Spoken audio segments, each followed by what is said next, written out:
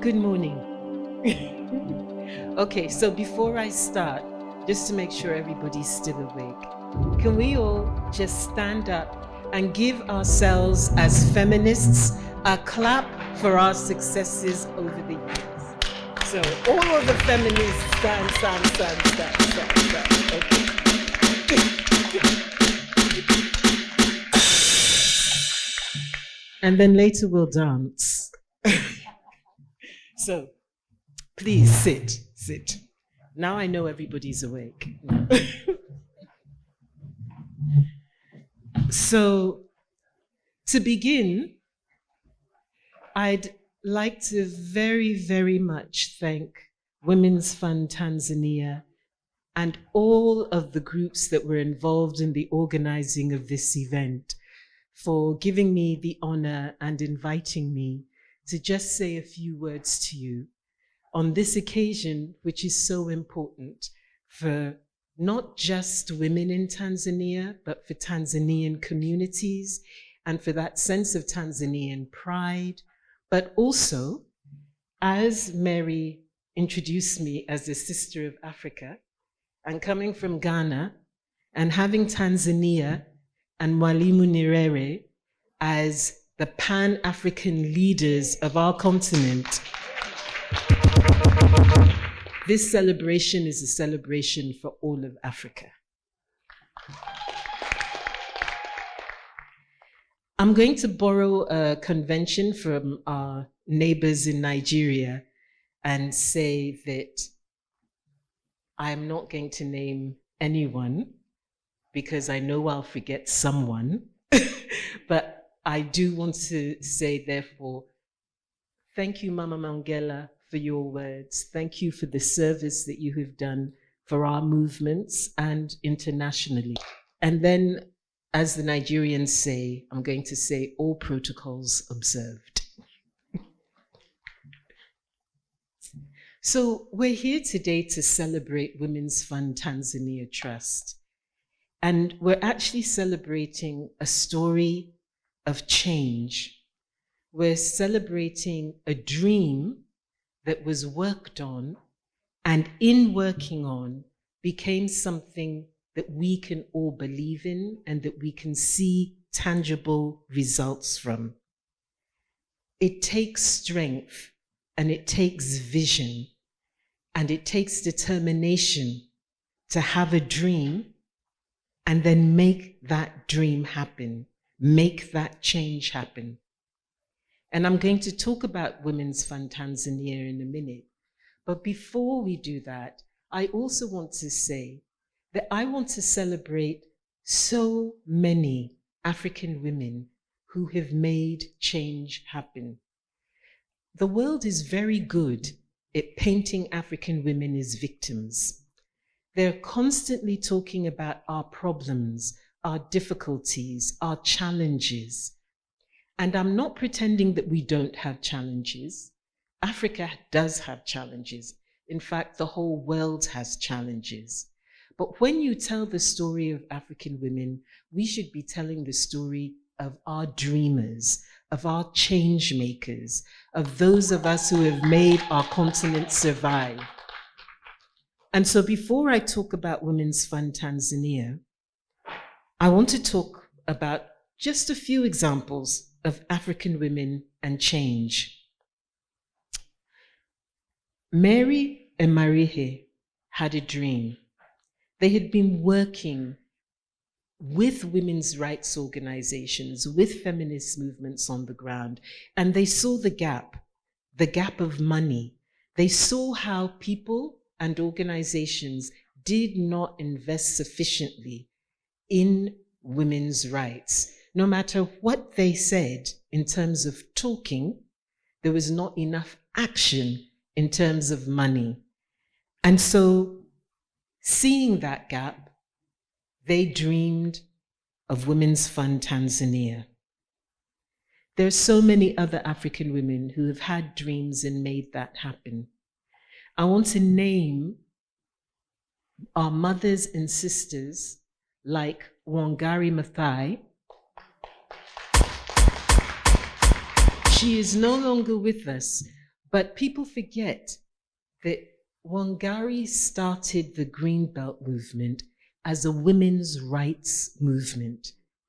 And she saw decades before the world, which is now jumped and said, oh, we need to look at women's rights and the environment. We need to look at climate change.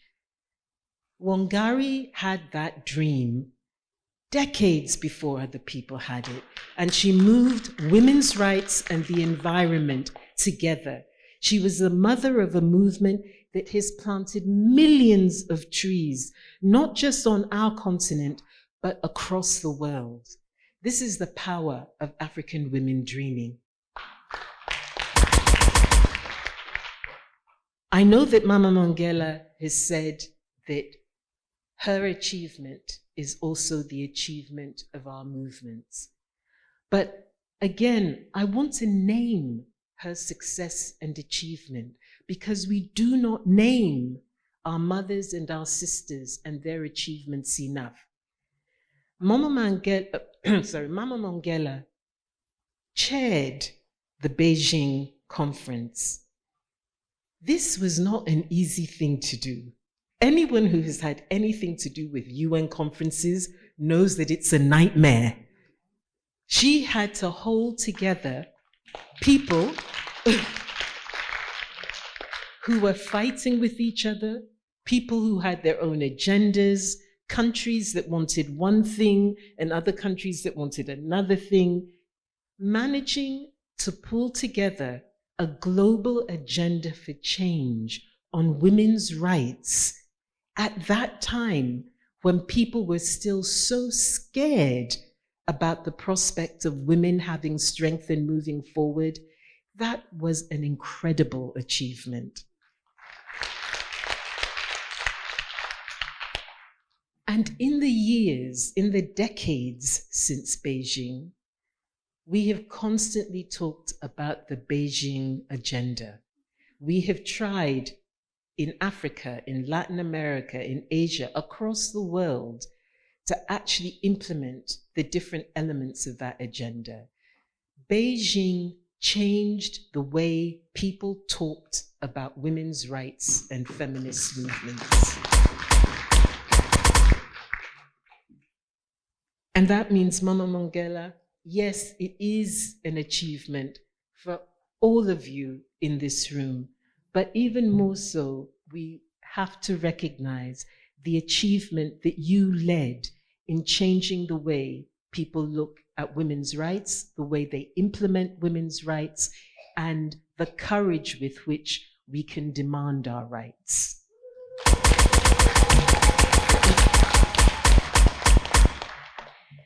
And then because we're talking about money, we always talk about money, I also want to mention Mama Graça Machel, who I've had the privilege of working with for many years. And I want to mention her as a woman, an African woman, a Pan-African visionary who really understood the power of our own money as Africans funding our dreams. There are many things I could talk to you about that she's done, but in this instance, I want to talk about her setting up the Foundation for Community Development in Mozambique. Very often these days, when people talk about philanthropy, they don't talk about African philanthropy in terms of our generosity as a continent, in terms of our solidarity and support to each other, whether it's from the time of birth, through the time of weddings, through the times of deaths, through education. People talk about philanthropy as something that is done to Africa, not something that is embedded in our history, in our cultures. Mama Machel, in founding FDC, made sure that people were looking at African philanthropy differently.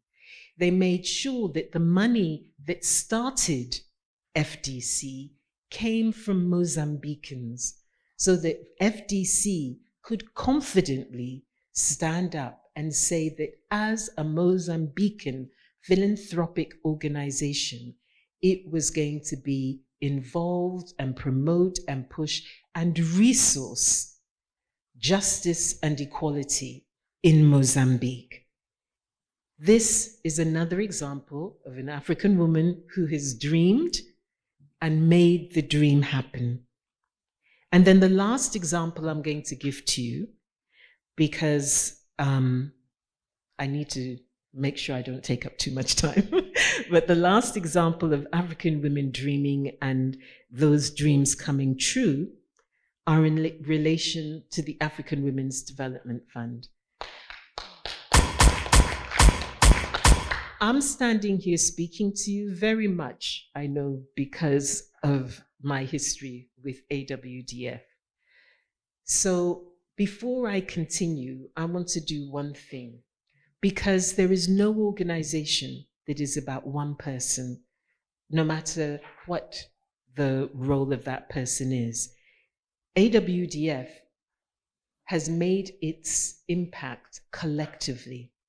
And before I talk about the three women who founded AWDF, I want to ask my AWDF sisters who are sitting here. Rose, please stand. Beatrice, please stand. Nancy, even though she's with Prospera now, she's an AWDF baby. So I would like you to thank them, because these women have worked tirelessly to resource the dreams of African women.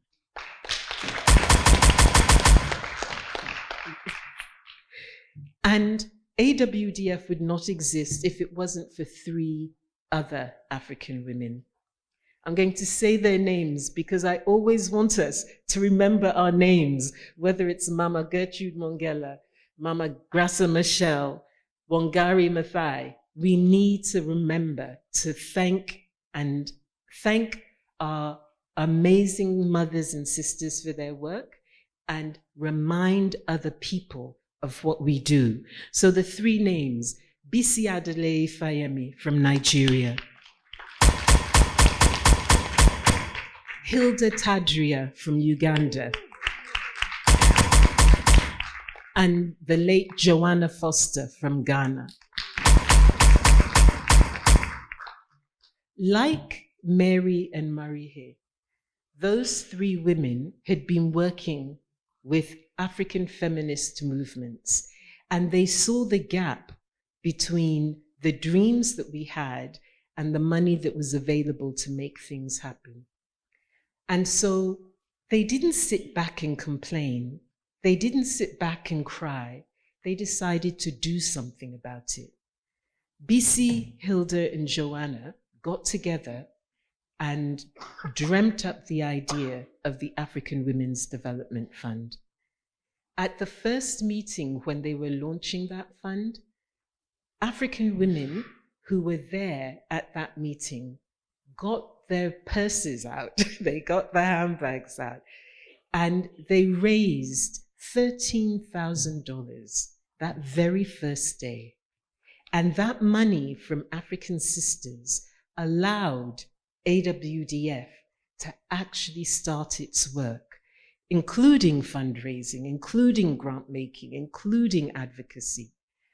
Those three women were the founders of an organization that has now given more than $60 million to women's rights organizations across the continent. It's probably a lot more than that, but that's the last number I know. So what I'm saying is, this celebration of WFT's 15 years is a really important celebration. It's an important celebration of the power of dreams. It's an important celebration of the importance of having a vision.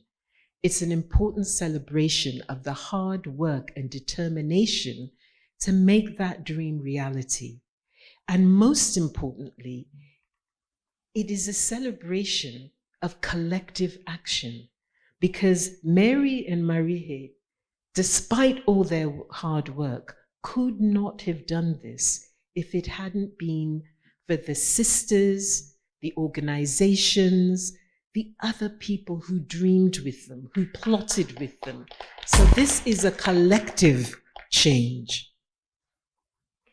So I think it's also important to mention that WFT, and I don't know whether this was by accident or deliberate, again, like AWDF, they did not start with big bilateral donations or big funding from international philanthropic organizations. They started with local action and getting local money to make change at a local level. Things have changed. They've moved from that first year where they were only able to make 3 grants in that year. But those 3 grants came from really hard work, and they came from local belief in the mission that WFT had established. WFT has moved so much further, and now we can stand here and talk about them making 60 grants in a year. We can sit here and see how they have raised money not only from Tanzania, but also internationally. We have seen how they are now supported by multilateral organizations, by bilateral governments. They have changed the conversation about how you fund women's rights in Tanzania. And they have done that while holding true to the roots of the organization, to the roots of the dream. They have done that in collaboration with Tanzanian women's rights activists and feminists. The importance of an organization like Women's Fund Tanzania isn't just the money, but I do have to say that the money is very important. Across the world, we have had discussions for the past 20, 30 years about how important women are to unlocking the transformation that we need, not just on our continent, but internationally. We know that it is pure foolishness to think that if you work with 50% of your available human resources, you are in any way going to unlock the transformation that will change the lives of all of us. Across the world, people have recognized that when women are part of just economic systems, just political systems, just social systems, we unlock change for all of our communities, for all of our nations, for the world. And in recognizing that, people have started talking about it more. Even if you look at the largest parts of the private sector, there were studies done that showed that when you had more women on the boards of the FTSE 100, the richest companies in the world, the ones with more women, with more diversity, were the ones that were more resilient and the ones that lasted longer when shocks hit the stock market. We're really good about talking about this, and we're really bad about putting our money where our mouths are. Because even as we stand here today, AWID, the Association of Women in Development, did some research which showed that even though there has been an increase in the amount of bilateral funding that goes directly to women's rights organizations for gender equality, that the percentage of international assistance development that goes to women's rights organizations directly is still only about 1%. 1%, with all the talking that we do. And we know that it can be different. We know that when governments make a decision to put their money where their mouths are, it can be different. So there have been countries that have set up feminist foreign policies. And just to give one example, And I didn't know that the GAC person was going to be here, so I didn't plan this. Canada developed a feminist international assistance policy. They decided to listen to what women's rights organizations and feminists across the world had to say. And in developing that feminist international assistance policy, one of the things they determined was to make sure that the money that they dispersed through international development assistance really did support their rhetoric around women's rights. Many, many things changed around the way they made calls for proposals, the way they developed policy. But I think that the clearest example of change is that between 2016 and 2021, their support directly to women's rights organizations went from below 1% to over 7% in a matter of 5 years. That is a remarkable achievement and makes a huge difference to pushing for change. But what worries me is that that 7% makes Canada one of the leaders in the world, along with Iceland and the Netherlands, in terms of their funding directly to women's rights organizations. I want us to celebrate that 7% because it's so much more than anyone else. But I also want us to keep pushing because 7% is nowhere. We need to actually be able to say that we are equitably and equally investing in the change and the transformation that we want to see. So I want to reiterate that WFT is not just about the money, but the money is very important. And I'm going to quote where I think the other importance of WFT comes in. In the little books that they gave us, there's a quote at the very beginning about who are we? And in it, WFT say, we make the path by walking it. Ours is not just any kind of walking, but walking mindfully, listening to different voices and issues, and responding in the best way we can with the resources that we have.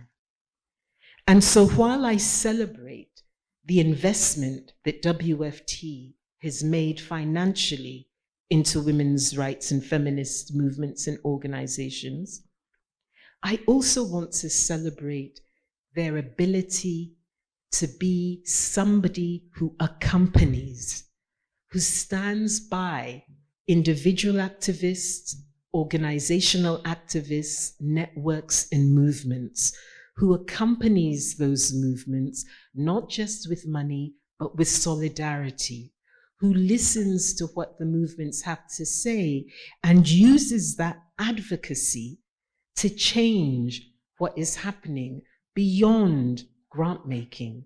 So whether we're talking about changes that they have supported in legislation with their partners, whether we're talking about the ways in which they've changed conversations about money within the Women's Fund community, or whether we're talking about the change they have made by being strong enough to attract money from bilaterals like Canada and Ireland, all of that change, that contextual change, is incredibly important and is much, much bigger than the money that they have been able to invest. So, Women's Fund Tanzania is an independent organization and it works in Tanzania. But I also want to mention how Women's Fund Tanzania works in collaboration with other organizations to make change that goes beyond Tanzania, beyond Africa, and becomes global. Women's Fund Tanzania is one of our very few African women's funds. but our African women's funds have made their footprints felt. So we have sitting here, one amongst us, Julienne. She's going to come later because of the translation. Please stand. Julienne is the Executive Director of the Congolese Women's Fund.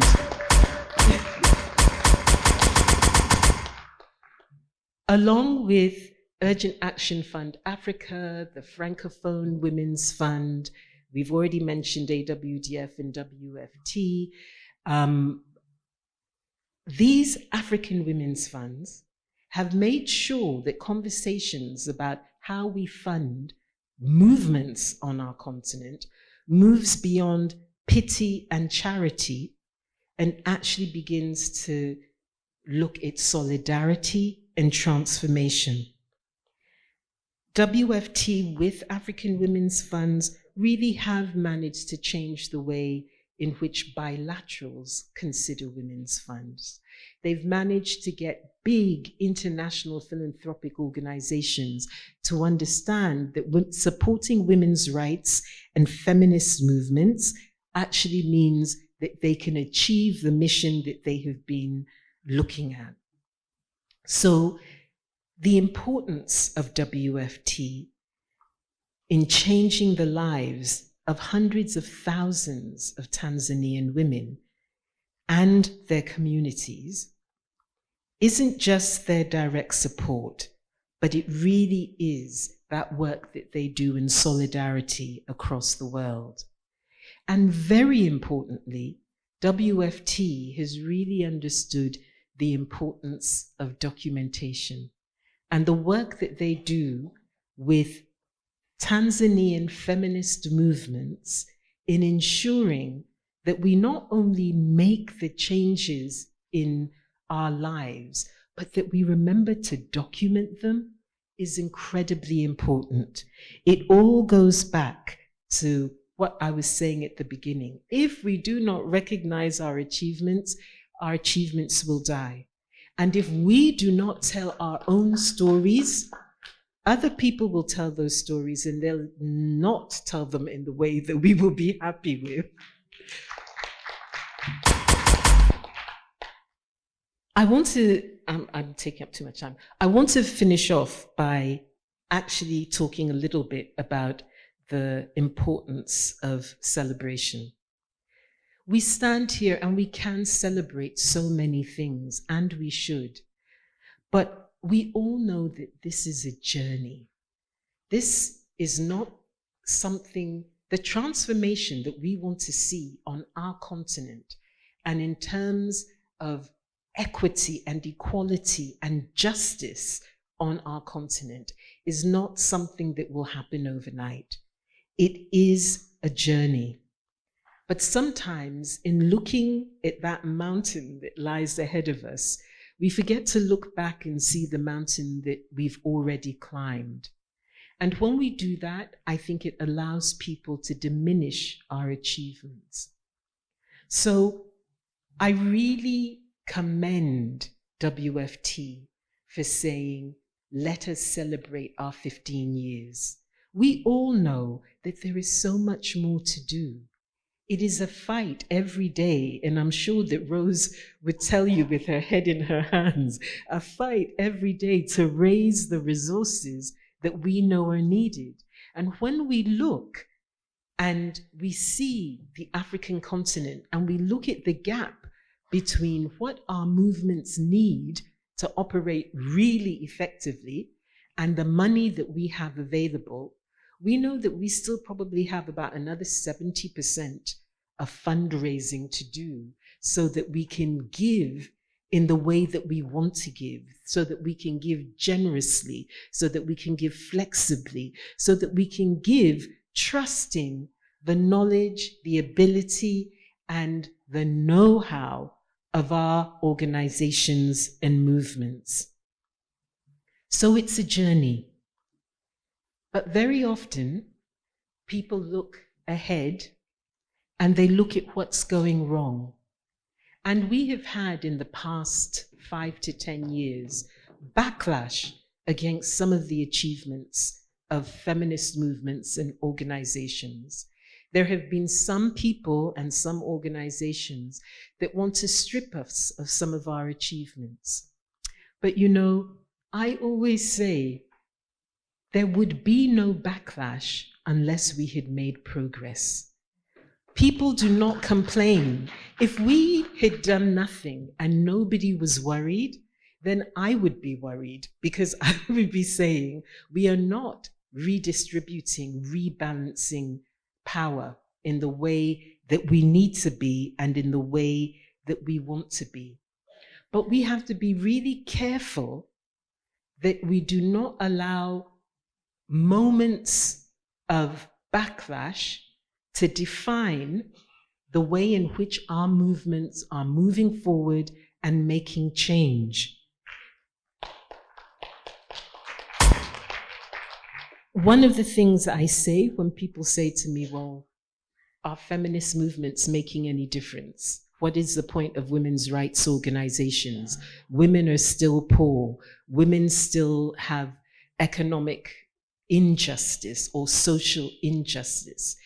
I look and I think about my grandmother and the choices that my grandmother had are nothing compared to the choices that I have been given because of the hard work of those women who decided that they would fight for women's rights, because of the hard work of our communities, because change will come from all of our communities working together on an agenda of real change. So when people say, what's the difference? I am living the difference. So many of us in this room are living the difference. And that gives us a duty to make sure that our children and our grandchildren have that same opportunity.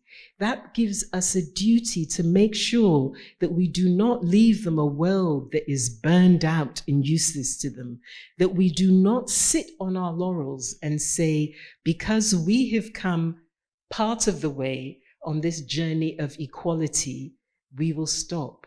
We need to make sure we are pushing so that our grandchildren have climbed another 2 mountains and know that when it comes to Pan-African feminist equality, when we look at intersectional equality, gender equality, racial equality, disability and ability equality, when we look across our continent, we need to be able to see that we are achieving that equality that is central to our African identity, no matter what anyone tries to tell us.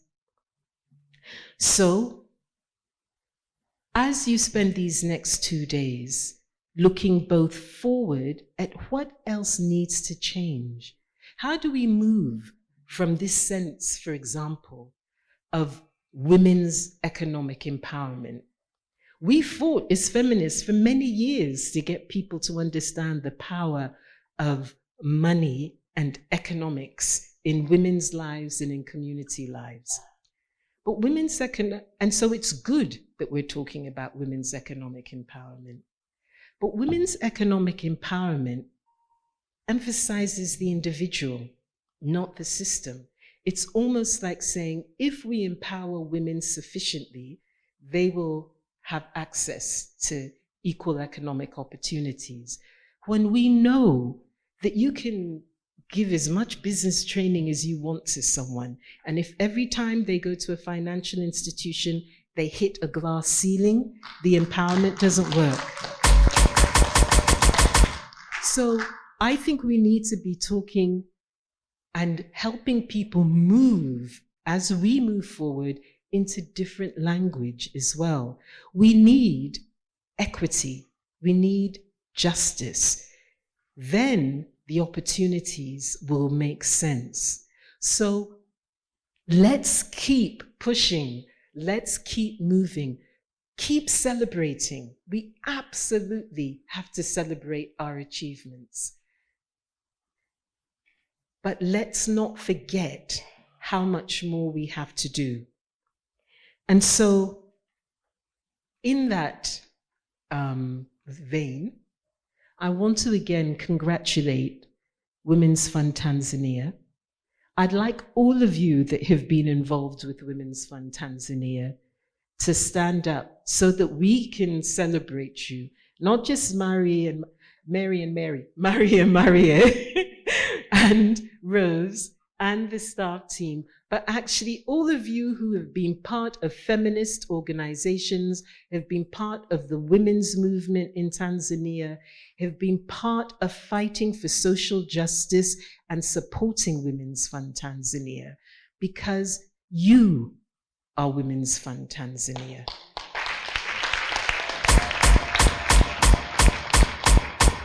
So, in that vein, and to finish off, I'm quoting from a Latin American feminist who said, "What is the point of a revolution if we cannot dance?" So, over the next 2 days and today, I want us to celebrate. I want us to dance with our bodies, with our hearts, with our souls, as we celebrate this milestone, this 15 years for Women's Fund Tanzania. Let's dance.